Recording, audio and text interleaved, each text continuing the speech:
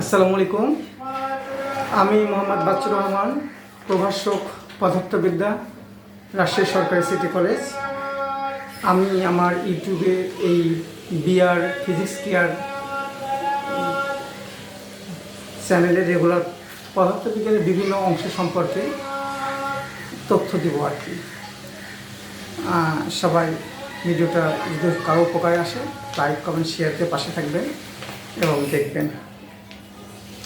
প্রথমেই আসি, প্রথম ইন্টারমিডিয়েট পদার্থ বইয়ের সবচেয়ে গুরুত্বপূর্ণ অধ্যায় হচ্ছে উপাংশ। ভেক্টরের একটা গুরুত্বপূর্ণ অধ্যায়, তার একটা অংশ আছে উপাংশ। উপাংশটা সম্পর্কে ভালো আইডিয়া থাকলে ভেক্টরের ফিজিক্স বইয়ের অনেক জায়গায় এই উপাংশের কাজটা লাগে। তাহলে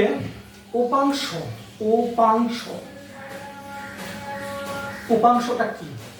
প্রথমেই সাপোজ আমরা যদি এই একটা বস্তুর উপর দুই বা ততোধিক বল বিপরীতমুখী হয়ে ক্রিয়া করে, সাপোজ এই দিকের কিছু বল ক্রিয়া করলো, উপরের দিকে একটা বল ক্রিয়া করলো, তাহলে এটা সাপোজ 10 নিউটন একটা বল ক্রিয়া করছে নিচ দিকের, উপরে একটা কাজ করছে 5 নিউটন আর একটা 5 নিউটন। তাহলে এই কয়েকটা বলের লব্ধি হবে 10, আর এই দুইটা বিপরীত সাইনের জন্য 5 + 10 সমান লব্ধি বল 0। বা সাপোজ এই একটা কাজ করলো, উপর থেকে 10 নিউটন নিচ থেকে 5 নিউটন, তাহলে লব্ধি বল হবে একটা দিক পজিটিভ আর একটা দিক নেগেটিভ, তাহলে হবে 5 নিউটন। 5 নিউটন বলে বস্তুটা নিচ দিকে ঘুরবে, মানে লব্ধি থাকবে।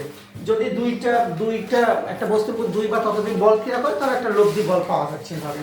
কিন্তু যদি বস্তুর উপর একটা বল ক্রিয়া করে তখন তাকে দুই বা ততোধিক অংশে দুইটি অংশে ভাগ করা হয়। সাপোজ এই যে একটা বস্তু, তাকে আমি এভাবে টেনে নিচ্ছি একটা বলে একটা বল প্রয়োগ করেছে। আর একটা বস্তুর উপর দুইটা বা তিনটা বল ক্রিয়া করলে লব্ধি বল বের করা যাচ্ছে।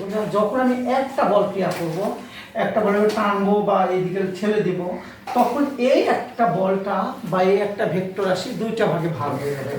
একটি হবে আনুভূমিক বরাবর, একটা হবে উল্লম্ব বরাবর, দুইটা উপাংশে ভাগ হয়ে যাবে। এটা কি উপাংশ কিভাবে তৈরি হচ্ছে? তাহলে উপাংশ হচ্ছে যখন একটি বল কোনো বস্তুর উপর ক্রিয়া করে, তখন একটা বল বা একটা ভেক্টর যখন ক্রিয়া করে তখন সেটা দুই বা ততোধিক ভেক্টরে ভাগ হয়ে যায়। যেমন এই উপাংশের একটা সংজ্ঞা দিই। তাহলে এই যে দুই বা ততোধিক ভাগ হয়ে যাচ্ছে, মূল ভেক্টরটা দুইটি ভেক্টরে ভাগ হয়ে যাচ্ছে, এই দুইটি ভেক্টর প্রত্যেকটাকে উপাংশ ভেক্টর বলে।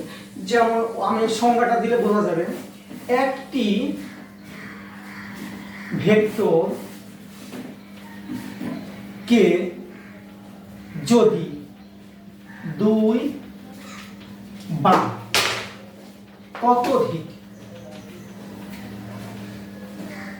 ততোধিক ভেক্টরে এমন ভাবে ভাগ করা যায়, এমনভাবে বিভক্ত করা হয় যাদের লব্ধি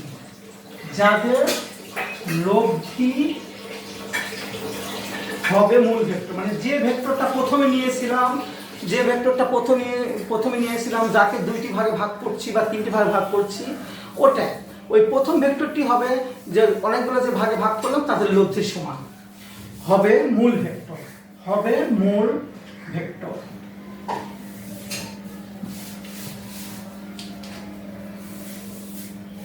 এই বিভক্তকরণ প্রক্রিয়াকে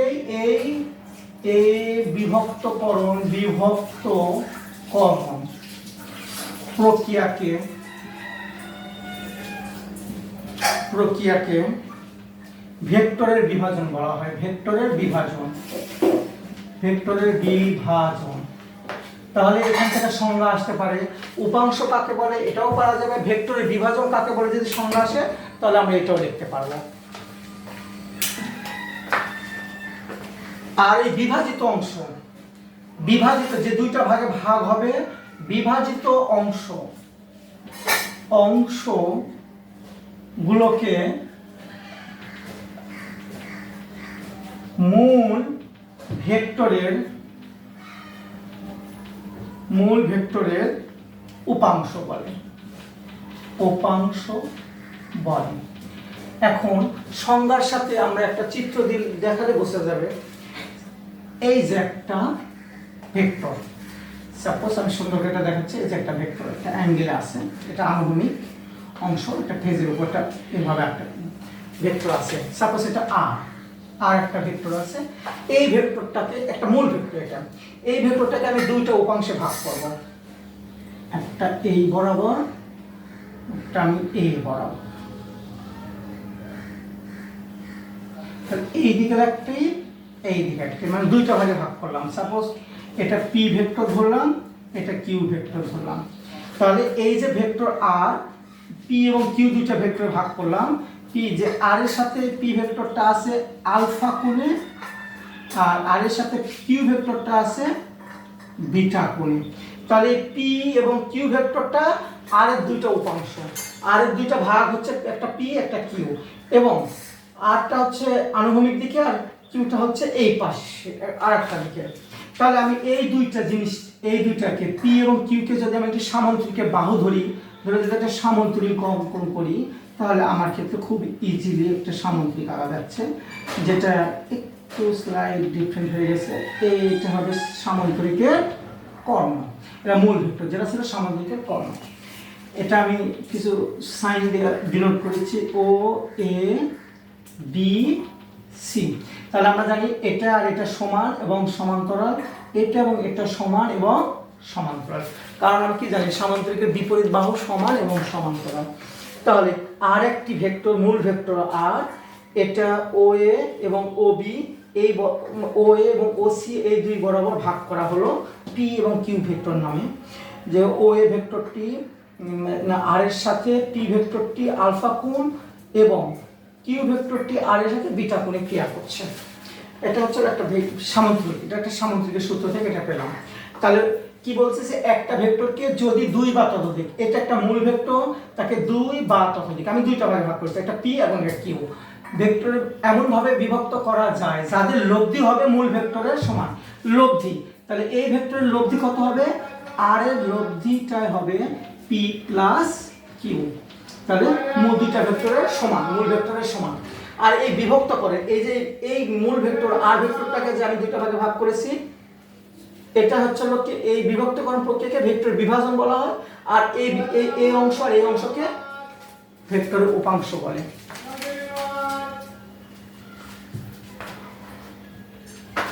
এখন আমি এই চিত্র থেকে ভেক্টরের এই উপাংশগুলো বের করার নিয়ম দেখাবো।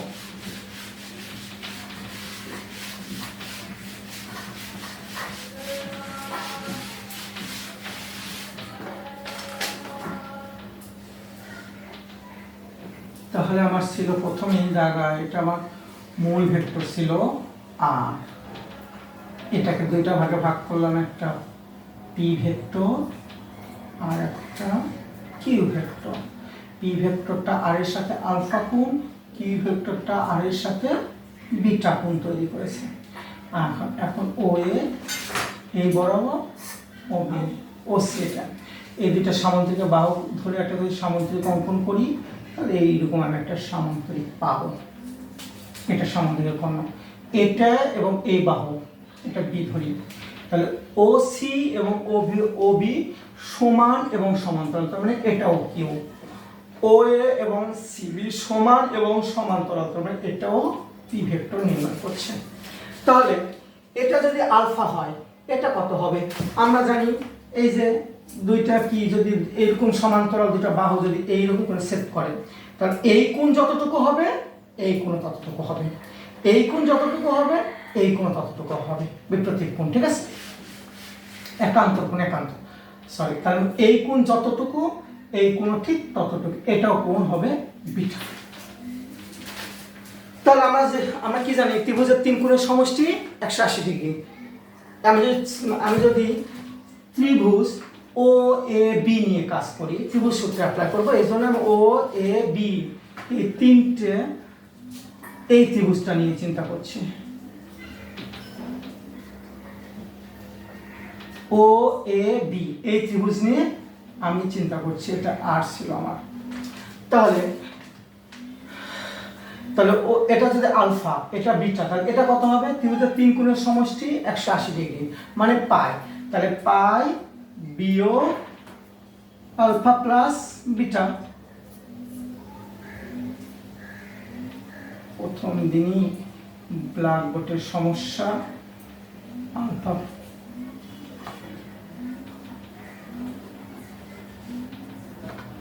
এই কোণ হবে পাই মাইনাস আলফা প্লাস বিটা, মানে এই কোণ পাই মাইনাস আলফা প্লাস বিটা, মানে ত্রিভুজের তিন কোণের সমষ্টি 180 দিক থেকে এই কোণ আর এই কোণ বাদ দিলে এই কোণের পরিমাণ পাবো। ঠিক আছে, এখন এখানে ত্রিভুজের সূত্র অ্যাপ্লাই করবো। ত্রিভুজ ঝামেলা করছি কেন কলম,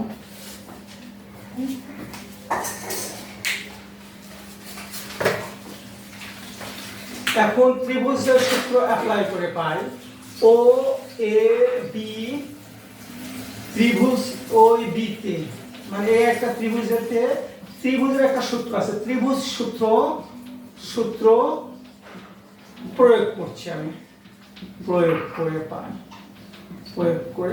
পাই মানে আমি মান বের করব পি এবং কি এর মান বের করব। এই দুটো ভেক্টরের উপাংশে যে ভাগ করলাম, এই একটা ভেক্টর মূল ভেক্টরকে দুইটা ভাগে, একটা পি ভেক্টর এবং কিউ ভেক্টর ভাগ করলাম।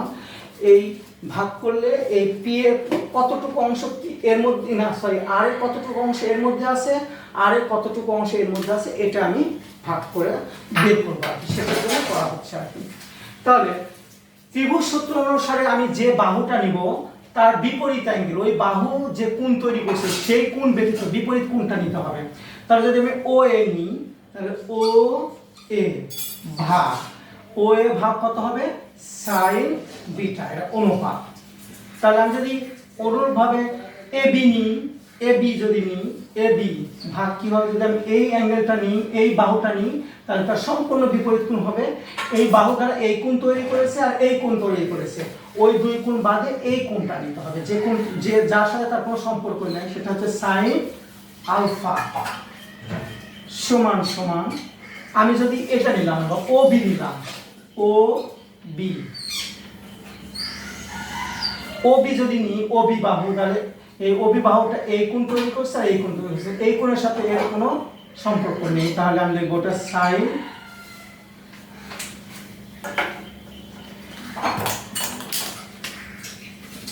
Sign pi minus alpha plus beta, একটা সেকেন্ড ব্র্যাকেট দিয়ে, আর যেটা ফার্স্ট ব্র্যাকেট দিয়েছে এটা সেকেন্ড। বোঝা গেছে এতটুকু? এটা ত্রিভুজের সূত্র। ত্রিভুজ সূত্রটি আমি যে বাহুটা নিব, এই বাহু যখন নিব তখন নিব এই কোণ, এই বাহু যখন নিব তখন নিব এই কোণ, যখন এই বাহু নিব তখন নিব এই কোণ, অনুপাত, সাইনের অনুপাত। তাহলে ও এ সমান সমান কত, ও এ সমান সমান পি, মান বসাচ্ছি সাইন বিটা, এ বি সমান সমান কিউ সাইন আলফা, আর ও বি সমান সমান আর সাইন আলফা প্লাস বিটা। কারণ সাইন পাই মানে 180 ডিগ্রি, 180 বিয়োগ যেটাই থাকুক থিটা সাপোজ, তখন কি হবে, এটা শুধু সাইন থিটা, এটা আমরা সূত্র জানি। সাইন পাই মাইনাস থিটা সমান sine theta, sine pi minus alpha plus beta.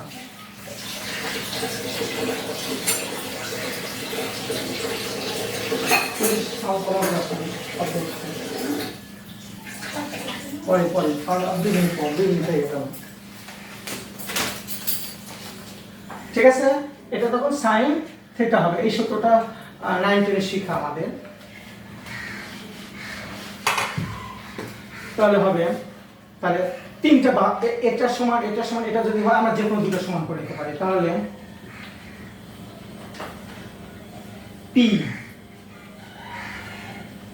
P is equal to, what is this?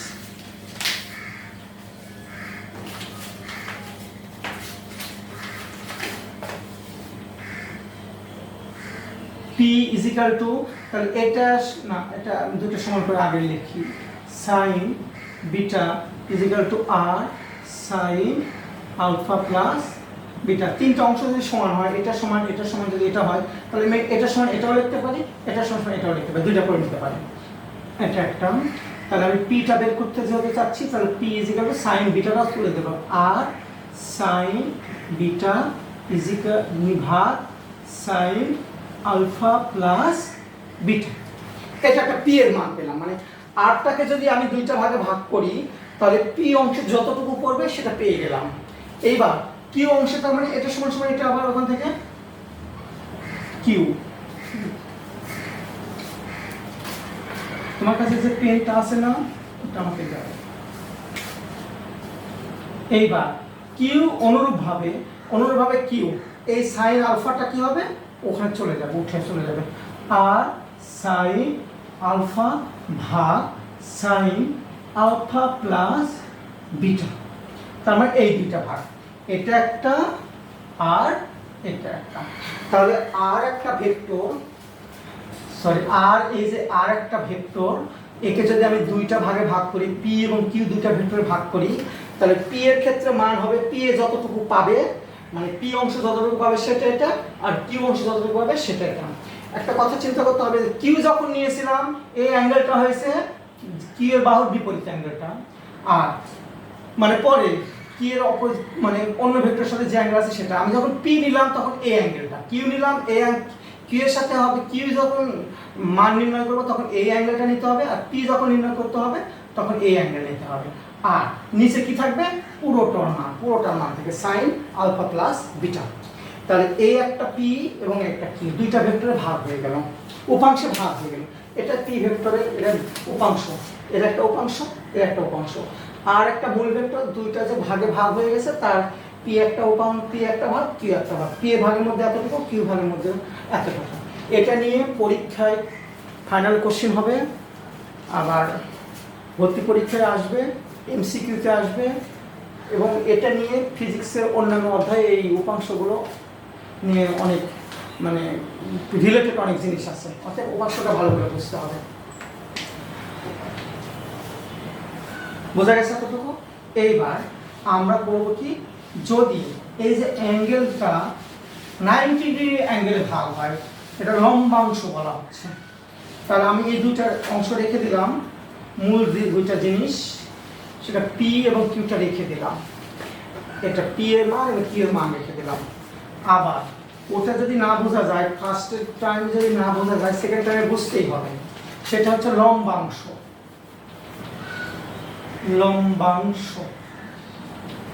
ওই উপাংশের আরেকটা অংশ লম্বাংশ। সহজ কথা এটা, সাপোজ আমি এই ভেক্টরটা আর এই ভেক্টরটাকে আমি দুইটা ভাগে ভাগ করছি, দুইটা ভাগ যদি এমন ভাবে বিভক্ত হয় যে পরস্পরের সাথে 90 ডিগ্রি অ্যাঙ্গেলে, মানে এই যে এটা একটা পি ভেক্টর, এটা একটা কিউ ভেক্টর, তাহলে এই দুটার মধ্যে কত ডিগ্রি, 90 ডিগ্রি অ্যাঙ্গেল, তখন এটা হবে একটা আয়তক্ষেত্র। এটা একটা আয়তক্ষেত্র, আমার কাছে একটু বর্গের মতন দেখা হয়েছে, সমস্যা নেই। তাহলে আমি এই অ্যাঙ্গেলটা ধরে নিলাম থিটা, আমি এটাও ধরে নিতে পারি, এটাও ধরে নিতে পারি, নো প্রবলেম, যেটা যে কোনো একটা অ্যাঙ্গেল ধরে নিলাম থিটা। তাহলে টোটাল কত অ্যাঙ্গেল, টোটালটা হচ্ছে হলো 90 ডিগ্রি, টোটালটা 90 ডিগ্রি। আর এটা যদি আমি থিটা ধরি বা আলফা ধরি, এটা কত হবে, এটা আমি আলফা ধরলাম, আলফা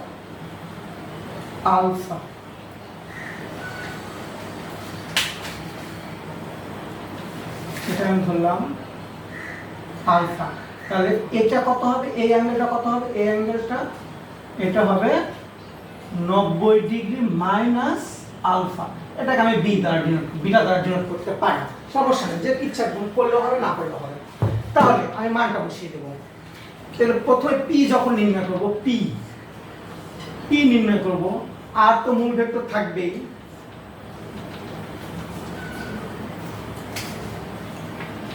মূল ভেক্টর আর থাকছে, বিটার মান কত হবে, সাইন বিটা মানে কত, 90 ডিগ্রি মাইনাস আলফা ভাগ, আর সাইন আলফা প্লাস বিটা মানে টোটাল অ্যাঙ্গেল কত হবে, এখানে আলফা প্লাস বিটা সমান সমান 90 ডিগ্রি, কারণ এই ভেক্টরটা দুইটা ভাগে ভাগ হয়েছে, পি এবং কিউ।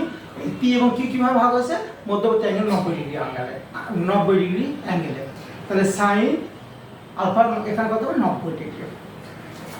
তাহলে সাইন 90 ডিগ্রি মাইনাস আলফা যদি নিই, তাহলে এই জিনিসটা কি হয়ে যাবে, সাইন 90 ডিগ্রির জন্য কস হয়ে যাবে কস আলফা, 90 ডিগ্রির জন্য সাইনটা হয়ে যাবে কস আর এই আলফা যেটা থাকবে সেটাই, তাহলে আর কস আলফা। আর সাইন 90 ডিগ্রি মান কত নিচে 1 দা ভাগ দিলে যেটা হবে সেটাই, তাহলে পি বাড়ালো কি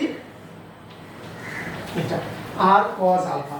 যদি একটা মূল ভেক্টর দুইটা ভাগে ভাগ হয়ে যায়, একটা পি ভেক্টর একটা কিউ ভেক্টর ভাগ হয়ে যায়, যার সাথে অ্যাঙ্গেল নিব তার সেই ক্ষেত্রে হবে আর কস আলফা। সাপোজ অ্যাঙ্গেল নিয়েছি আলফা, যদি দুইটা ভাগ 90 ডিগ্রিতে দুইটা ভাগ হয়ে যায় এবং মূল ভেক্টরের সাথে যে মূল ভেক্টরের সাথে এই দুইটার মধ্যে যেটা আলফা অ্যাঙ্গেলে নিব বা যে থিটা অ্যাঙ্গেলে নিব, যেই অ্যাঙ্গেলে নিই সেটা হয়ে যাবে আর কস আলফা, একবারে বসায় দিলে হবে।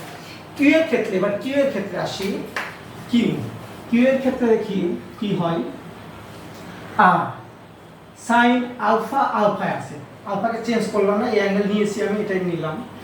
আর সাইন নিচে কত হবে 90 ডিগ্রি, সাইন 90 ডিগ্রি মান 1, এটা আমরা ছোটবেলা থেকেই জানি, এটা সাইন আলফা, তাহলে আর সাইন আলফা। কিউ এর ক্ষেত্রে কি হচ্ছে সাইন আলফা, আর এটা হচ্ছে কস আলফা, তাহলে এই দিক বরাবর এটা হবে পি কস আলফা, এটার সাথে অ্যাঙ্গেল নিয়েছি কিউ কস আলফা, এটার সাথে যখন নিব তখন এটা কিউ সাইন আলফা, সরি এটা আর হবে আর ঠিক আছে, আর সাইন আলফা আর কিউ আর কস আলফা। যদি আমি এখন অনেকের প্রশ্ন আসে, আমি সাপোজ এই অ্যাঙ্গেলটা আলফা ধরেছি, আমি এটা না ধরে আমি এটা আলফা ধরতাম, নো প্রবলেম। এটা যদি আমি আলফা ধরতাম তাহলে এটা কত হতো 90 ডিগ্রি মাইনাস আলফা, তাহলে এটা হয়ে যেত, তখন কিউ এর মান হতো আর কস আলফা, আর এটা হয়ে যেত আর সাইন আলফা। বোঝা গেছে? যদি আমি এটা আলফা ধরতাম তাহলে এটা হতো কিউ এর মান হতো আর কস আলফা, আর এটা হতো পি এর মান হতো আর সাইন আলফা। আর আমি যদি নিচেরটা আলফা ধরেছি তাহলে নিচের যে অ্যাঙ্গেল ধরবো তাকে হবে সেটা আর কস আলফা, আর এটা হচ্ছে সাইন আলফা। তাহলে এটা আনুভূমিক উপাংশ, এটা উলম্ব উপাংশ।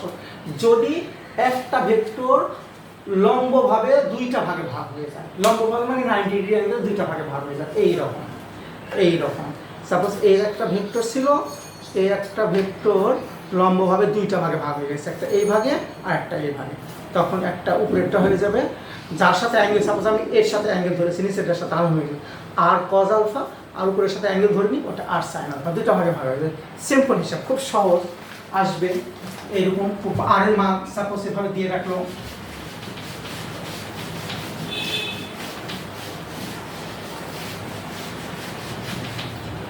দিয়ে এভাবে দিতে পারেন যে এইভাবে 10 নিউটন বল এখানে 30 ডিগ্রি অ্যাঙ্গেলে দুটো ভাগে ভাগ হয়ে গেছে। সাপোজ পি একটা ভেক্টর, কিউ একটা ভেক্টর, মান বের করো। পি এর মান কি হবে 10 cos 30 ডিগ্রি, কিউ এর মান হবে 10 sin 30 ডিগ্রি। ঠিক আছে, এখন এই লম্বাংশ সাহায্যে আমরা যেগুলো বোর্ডে কোশ্চিন আসে, সবাই সহজ জিনিস পড়লে পারা যাবে। আমি জাস্ট একটু হেল্প করি, কারণ এখনকার স্টুডেন্ট অনেক মেধাবী, ভর্তি হওয়ার আগে অনেক কিছু জানতে পারে, অনেক কিছু এরা পারে। এই সেজন্য জাস্ট আমি দায়িত্ববোধ থেকে কাজগুলো করছি, আমার একটু হেল্প করা দরকার। সেটা হচ্ছে লন রোলার।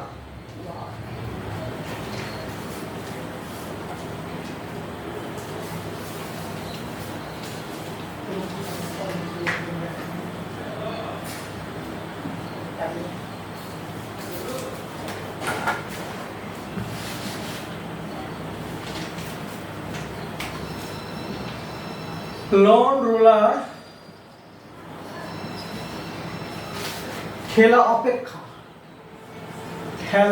অপেক্ষা টানা সহজ। ব্যাখ্যা করো, টানা সহজ ব্যাখ্যা করো। এটা উপাংশ দ্বারা খুবই সহজে, এটা মাঝে মাঝে এই কোশ্চেনটা আসে। আর যদি আসে প্রশ্নে লন রোলার ঠেলা অপেক্ষা না টানা অপেক্ষা ঠেলা উচিত, এটা পরে কথা বলছি এই ব্যাপারে।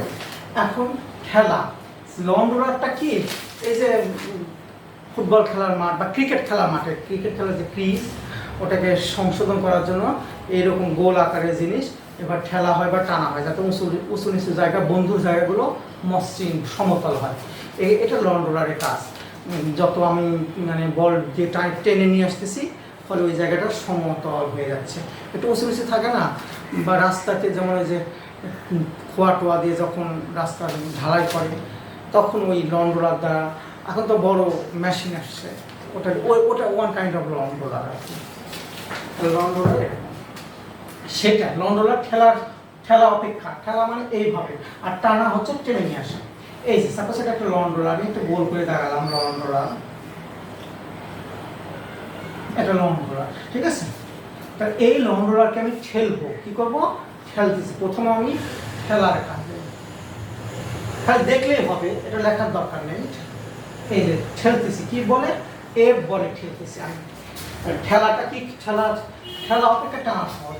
তাহলে কি হবে এটা, তাহলে এর দুইটা, তাহলে কি হলো, এই যে আনুভূমিকের সাথে দুইটা কোণ, আনুভূমিকের সাথে কোণ তৈরি করলো, এই দিকে ধরি একটা, মানে এই প্রয়োগ বিন্দু, ঠেলার প্রয়োগ বিন্দু এটা, এই অ্যাঙ্গেল থিটা তৈরি করলাম।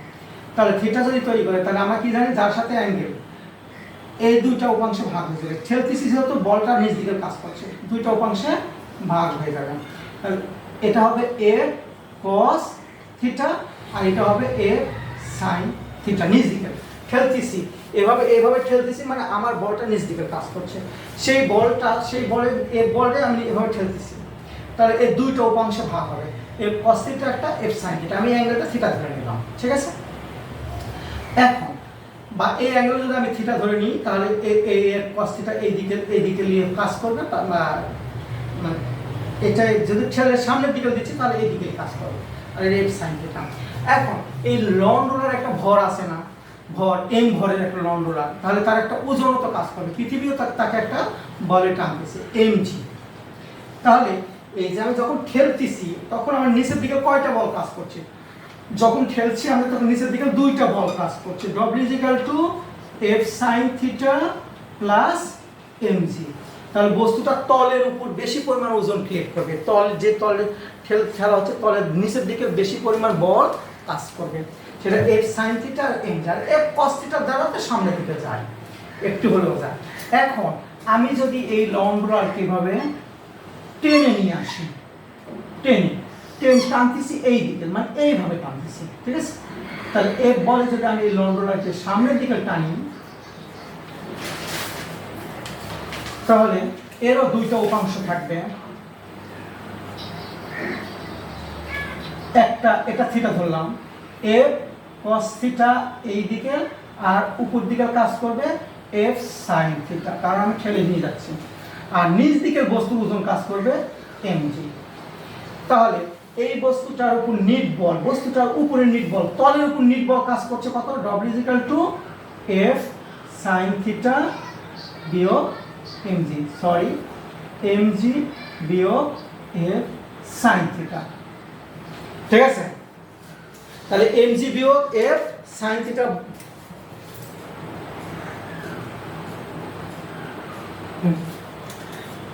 তার কি হচ্ছে, এই পরিমাণ বল এই তলের উপর কাজ করছে, একটা উপর দিকে একটা নিচ দিকে, তার মানে লব্ধিটা কাজ করছে তলের উপর। তাহলে এই ক্ষেত্রে তলের উপর কাজটা করছে বল কম, আর এই ক্ষেত্রে কাজ করতেছে নিচ দিকের বল বেশি কাজ করতেছে, ফলে অনেক ফোর্স দিয়ে ঠেলা দিলে সামান্য কিছু অংশ এই দিকে কাজ করবে, আর এর হচ্ছে যেহেতু এই উপরে নিচে দুই দিকে বিপরীতমুখী প্রতিক্রিয়া বলের কারণে এর উপর লব্ধি বলটা কম হবে, ফলে এই দিকে বেশি কাজ করছে আর কি, মানে সহজ, মানে বস্তুটা ওজন কম হবে, তলের উপর কম বল প্রয়োগ করছে, মানে বস্তুটা একটু পাতলা মনে হবে, সেজন্য টানা টেনে নিয়ে যাওয়া সহজ হবে, টেনে নিয়ে যাওয়া সহজ। আর এটা টানা খুবই কঠিন, খেলাটা কঠিন, ঠিক আছে। তাহলে লন রোলার খেলা অপেক্ষা টানা সহজ ব্যাখ্যা পাওয়া, জাস্ট চিত্র মনে থাকলেই পারা যাবে। মূল জিনিস এই যে তলের উপর যে বলটা প্রয়োগ করছে।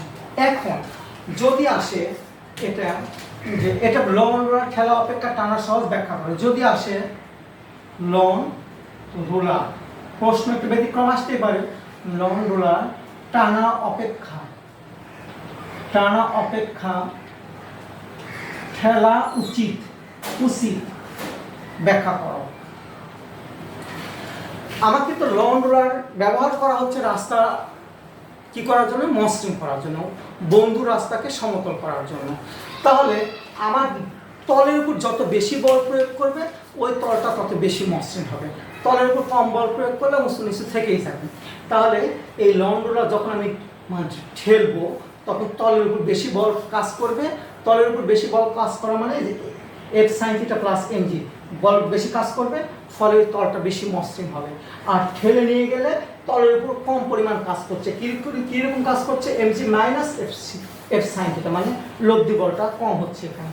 তখন এই তলের উপর কম বল কাজ মানে কম ওজন কাজ করবে, কম ওজন কাজ করার কারণে ওই তলটা অত বেশি মসৃণ হবে না, যতটুকু ঠেলে মসৃণ হবে টানলে ততটুকু মসৃণ হবে না। বোঝা গেছে? আমার মূল কাজ লন রোলার মূল কাজ কি, যে তলটাকে মসৃণ করার কাজে ব্যবহার করা হয়, বেশি তলের উপর বেশি বল যেন প্রয়োগ করা হয়। কিন্তু আমি যত কাজ করতেছি, আমার টানাটানি ঠেলে আমার বল প্রয়োগ করতে হচ্ছে, সেজন্য এটা আমার জন্য সহজ আর এটা কঠিন, কিন্তু কাজের ক্ষেত্রে এটাই দরকার, এটাও দরকার, এটা বেশি দরকার। ঠিক আছে, সবসময় তো ইয়ে করা যাবে না। তো ধন্যবাদ। এই পরে আমি এই উপাংশর এই জিনিসগুলো নিয়ে বাকি অংশ প্লাস বিভিন্ন ভর্তি পরীক্ষায় কী কী আসে, এমসিকিউতে কী আসে, ইনশাল্লাহ পর্যায়ক্রমে দেব। সবাই রুমে বসে, বইটা হচ্ছে সবচেয়ে বড় উপাদান নিয়ে, আর ভিডিও যদি একটু উপকার হয় ভালো, সবাই প্র্যাকটিস করলে ইনশাল্লাহ ভালো রেজাল্ট আসবে। ধন্যবাদ সবাইকে।